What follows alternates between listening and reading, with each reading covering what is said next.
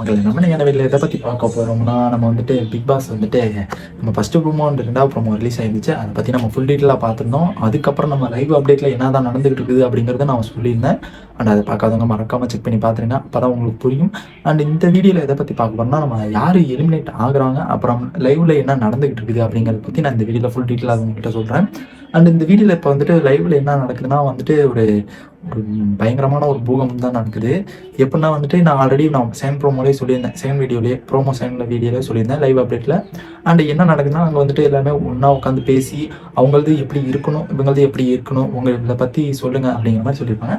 And அதுக்கு வந்துட்டு நம்ம ரஞ்சிதா இருக்கட்டும், நம்ம அருணாவும் இருக்கட்டும், அவங்க 2 பேருமே சொல்லியிருந்தாங்க, இது மாதிரி நான் வந்துட்டு இப்போ சொல்லிட்டேன்னா நான் வந்துட்டு ஏதாச்சும் சுச்சுவேஷன் பிக் பாஸ் சொல்லும்போது அப்போதைக்கு வந்துட்டு சுவாரஸ்யமாக இருக்காது, அதனால் வந்துட்டு நான் இப்போ சொல்ல மாட்டேன் அப்படிங்கிற மாதிரி நம்ம தலைமை வந்துட்டு அருணவ் வந்துட்டு சொல்லிடுவாப்புல.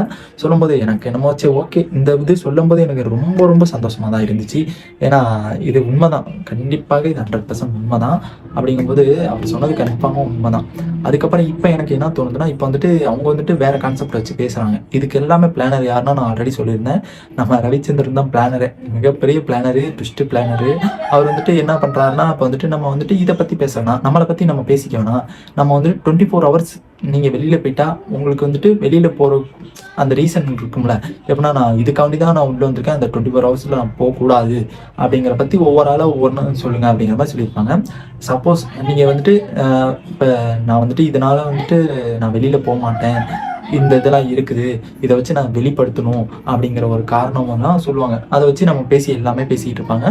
இதில் பேசினதில் ஒரு கான்செப்ட்னா என்னன்னா, நம்ம சச்சனா அவங்க தான் ஒரு கான்செப்ட்டு. நான் வந்துட்டு அப்போலேருந்தே நான் மார்னிங்லேருந்தே நான் ஒரு லைவ் பார்த்துட்டு இருக்கேன். அப்போதைக்கு வந்து பார்த்துருக்கும் போது தான் தெரியுது, இவங்க வந்துட்டு ரொம்ப ஒரு பேட் திங்காகவே இருக்காங்க. பேட் திங்காக இருக்கட்டும், இல்லை ஃபேமிலி மூமெண்ட்டாக அந்த மாதிரியா என்னன்னு தெரியல, பேட் திங்காக இருக்கட்டும், டான்ஸ் ஆடல ஒழுங்காக சாப்பிடலை, அவங்க வந்துட்டு ஒரு ஃபீலிங் மூமெண்ட்டில் இருக்காங்க. அப்படிங்கும்போது இப்போ வந்துட்டு அவங்க வந்துட்டு அந்த 24 hours நீங்கள் எப்படி வெளில போயிட்டீங்கன்னா போகிறீங்கன்னா வந்துட்டு இதனால் நான் போகக்கூடாது அப்படின்னு எதை வச்சு நீங்கள் நினைக்கிறீங்க அப்படின்னு கேட்கும்போது, நான் வந்துட்டு போயிடுவேன் அப்படிங்கிற ஒரு கான்ஃபிடென்ட்டில் நம்ம சஞ்சனா இருக்காங்க. அப்படிங்கும்போது அவங்க வந்துட்டு ரொம்ப ஒரு வருத்தம் கூடிய தெரிவிக்கிற விஷயம் தான்.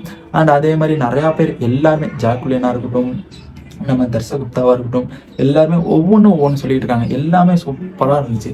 ஏன்னா அந்த லைவ் அப்டேட்டை பொறுத்த வரைக்கும் அப்படியே சுவாரஸ்யங்கள், இது வந்துட்டு எபிசோடில் வருமா அப்படிங்கிறது ரொம்ப கருத்து கணிக்க வேண்டிய விஷயமாக தான் இருந்துச்சு.